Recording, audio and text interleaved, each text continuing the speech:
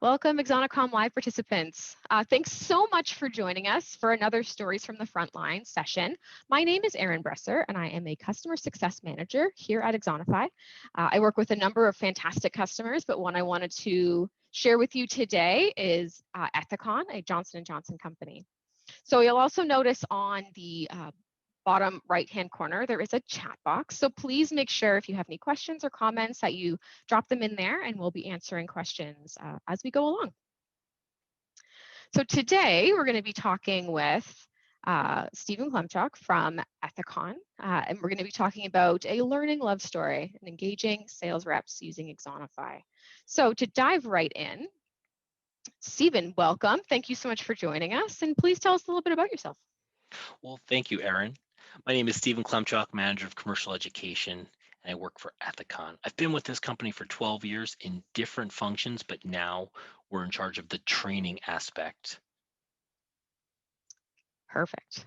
And so what is an Ethicon? I'm sure a lot of folks in the session have not heard about this company, but we'd love to learn a little bit more, and tell us as well about your users. Who's using Axonify on a regular basis? Sure. So Ethicon, part of J&J, is a global medical device company focused on really transforming the future of surgery. If you're a doctor or nurse, surgical tech, you'll know us because we are primarily in operating rooms, ERs. Now, our reps sell hundreds of products and interact with surgeons on a daily basis, whether in their office or in the OR. And these could be from a suture, which is like a needle and thread, to a stapler for a weight loss surgery. But it broadens the span of different devices for many aspects of surgery. Amazing. And so your reps are, as far as tenure as well, it's a pretty big range, right? You have some brand new folks, people who've been around for a long time. We have ones just out of training, and we have some that have been around 30 plus years. So we have we're a company where a lot of people stick around. Nice, nice. So training needs are quite diverse. We're using Axonify to help remedy that. So you can see here just briefly, audience again, so medical device sales reps and use case. So a lot of the content in the platform is around product and procedure information, and then some more of those like soft skills, sales skills, so that people are doing a great job when they're going out into the field. Is that fair? Fair. Beautiful. So in the beginning, so you said that you've been with with Ethicon for a while. You're using Axonify as a rep, but when you came inside to start working with the training team, so that was August 2019. What did that look like? Well, first went from me getting daily questions on my phone to now running the strategy and execution for the entire Axonify platform for 800 plus field sales reps. And when I first came in, I did the research. I found out we were at 32% participation, 8.6% frequency, and I thought we had a little opportunity to grow. With our training department and our 800 reps, we changed our go-to model, and that paired with our diverse sales reps background and not all the reps coming into the office frequently, we had to figure out some way to train between cases, between office calls. And Axonify really just illuminated, get your questions, get that reinforcement, find great information, and also this repetition to help you not forget all of these products. So it was just super, the right platform for the right time for our sales force. Amazing. So, okay, so the baseline was about 32, 9 times frequency. So then the goal was what? So our goal was 50%. A little less than double, but okay, that's a lot, right? This voluntary program, I had to encourage and increase that participation. Right. So we had a couple of ways we're going to go about trying to achieve that. So we have 4 of them listed out here, hoping you can walk us through these sort of steps to increasing engagement. So you have the first one here is content. Can you tell us a little bit about that? Sure. Well, as hopefully you're all familiar, content is key, right? So we really took 100%. a fine-tooth comb to the content. See what was relevant, what the key procedures and products we really need to focus on. From here, we did a refresh just to make sure they're up to speed. Second, we identified what are the really important parts that we were missing and built a strategy around building those.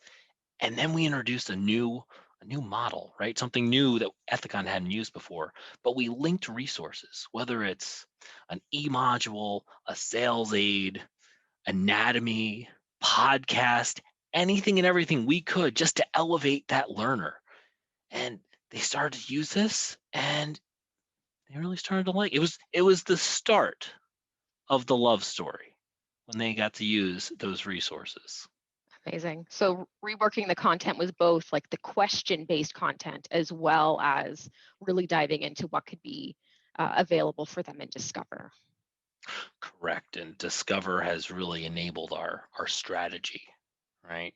You can listen to a podcast of best practice or even see a sales aid or an e-module, just really reinforces that learning. Amazing. So tell us a little bit about your new hire training, how that worked. So to get to that 50%, we needed to get those users early, soon as they came into the training department. So we started formulating and giving questions based on their current training track to support their training. Additionally, we use some video upload features on the platform just to help improve their product talk tracks. Perfect. And so we got great content, we're catching them early. And then what was next? So we have rewards listed here next. Well, with rewards, you have to, right? Carrot or the stick, big fan of the carrot. So with that, when I first came in, I did what any person would do, walked around the office, said, is anyone looking to do a little fall cleaning? We want to get rid of a hat, a jacket, a water bottle.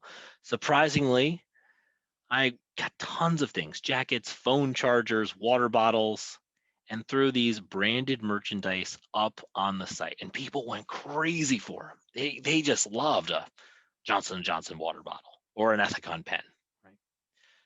As that moved forward and as COVID hit, we weren't in the office anymore and didn't have any of these branded merchandise. So we started to think differently. How could we give an experience to a learner? And so we set up virtual lunches, virtual coffees. You win 30 minutes and have a lunch with someone from the education department or coffee from the marketing department. And bidding got quite intense, like bidding wars back and forth, but to give a different experience, to even learn from another person, give that human connection, just really elevated the desire to play, to win those points, to then compete. Amazing. Yeah, I so love the intangible rewards. I think that a lot of people feel like their reward strategy has to be really expensive. And for some, that works and they have that budget available to them. But those intangible, relatively cheap and easy to provide rewards, like a virtual coffee with somebody who can help them or answer some great questions, I think that's such a huge, huge opportunity to really engage people in the platform and then further engage them in their own roles, help them to build their skills up, build their connections up. I think it's so great. So well done on that one. So then the last one, so the rewards were all internal in terms of like in the platforms, people were using those reward points that they've earned. So the contests were more external to the platform, right? Correct. And we would still use accumulation of points depending how we were focused, but really the really big carrot was on the outside. So to get us to 50%, get participation up because 32 was a little low, designed just a participation contest. Who can have the highest participation will win this award, right? So I got our video team, we've got a great AV team, lights, cameras, clip-on microphones, sent out monthly messages. A lot of people got excited about this, raised our participation to 56%. I was feeling Amazing. real good, Erin. I was feeling good. I remember. Right? It was a big day. It was exciting. Yeah. January 3rd. Anyway, after this happened, my manager came to me and said, great job. Great job. We actually, I know you got to 50%, we actually need you to launch 3 other programs with different products and different procedure focuses and get all now the 1,200 reps up to 75% by year end. I said, thank you. Anyway, so now I said, all right, well, we have our framework of the 4 steps. Let's put that in. So we worked content, new hire training rewards, but now we had to do, some larger contests. How do we tie this in differently? But once again, I didn't have my video crew. So how was I going to get the word out? And this At is this point, we're at March or so, right? this is March, and we got sent home. And I was a little worried. Aaron, I was a little worried, not gonna lie, because I've got a little one running around. We tried to record a couple times. Fire trucks came into the view, and so we had to think a little differently. So I walked around my house and I said, well, what is my best professional background? And there was only one. It was my 2.5-year-old's room. So, well, he was downstairs watching Frozen. I found his fort. I threw my laptop there for good lighting. I threw the lamp up. My trusty golden retriever was at the bottom. What I'm trying to say, it doesn't have to be fancy. I thought I needed a video crew. No. This laptop, 3 or 4, 7 takes, and this light really worked. And we sent these out bi-weekly. And the response we got from sharing leaderboards, new rewards, upcoming learning and training really got people engaged. So it doesn't have to be crazy, right? Just do it. Record, send it out, make sure it's under a minute. People don't Yep. like to see a movie, but it really broadened our reach and engagement to our learners. Amazing. Yeah, again, a lot of people feel like it has to be professional, but yeah, just setting up your laptop, just getting out your phone, just making that human connection with folks can be so powerful. I love your dog. So now we are well on our way. We hit 80%. Okay, just thrilled over all the platforms, 17%, 17 times frequency. And I'm going to read 2 quotes. First one's on the screen, and this is from a rep that's been with our company for a little bit. I truly found the Axonify contest to be fun. Great, fun.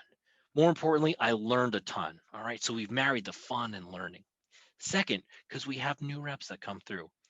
As a new rep, this not only provided me examples of questions to ask, but helped me better understand challenges in different specialties and in general anatomy. And we found as an education department that there's a correlation with the time spent on Axonify and product and procedure knowledge. Amazing. It's a great story all around. You guys have done all of the right things. So we did content, we got them forming that great habit, we got great communications going out regularly. People are really engaged in terms of the user motivation piece, the rewards and the contests that are available to them. You guys have done such a great job and have come such a long way in a little over a year. So congratulations for getting this far and for all the work that you've done. It's been such a great ride so far. And yeah, only looking up from here and can't wait to see where J&J goes next and where Ethicon in particular goes next with the platform. Super excited to continue this journey with you. So thank you so much for joining us today. Happy to continue answering questions in the chat box for a bit if anyone has any that they're holding on to. But otherwise, thank you so much, Stephen, for jumping on. Thank you, everyone, for being here to watch us today, and enjoy the rest of the conference. Have a great day.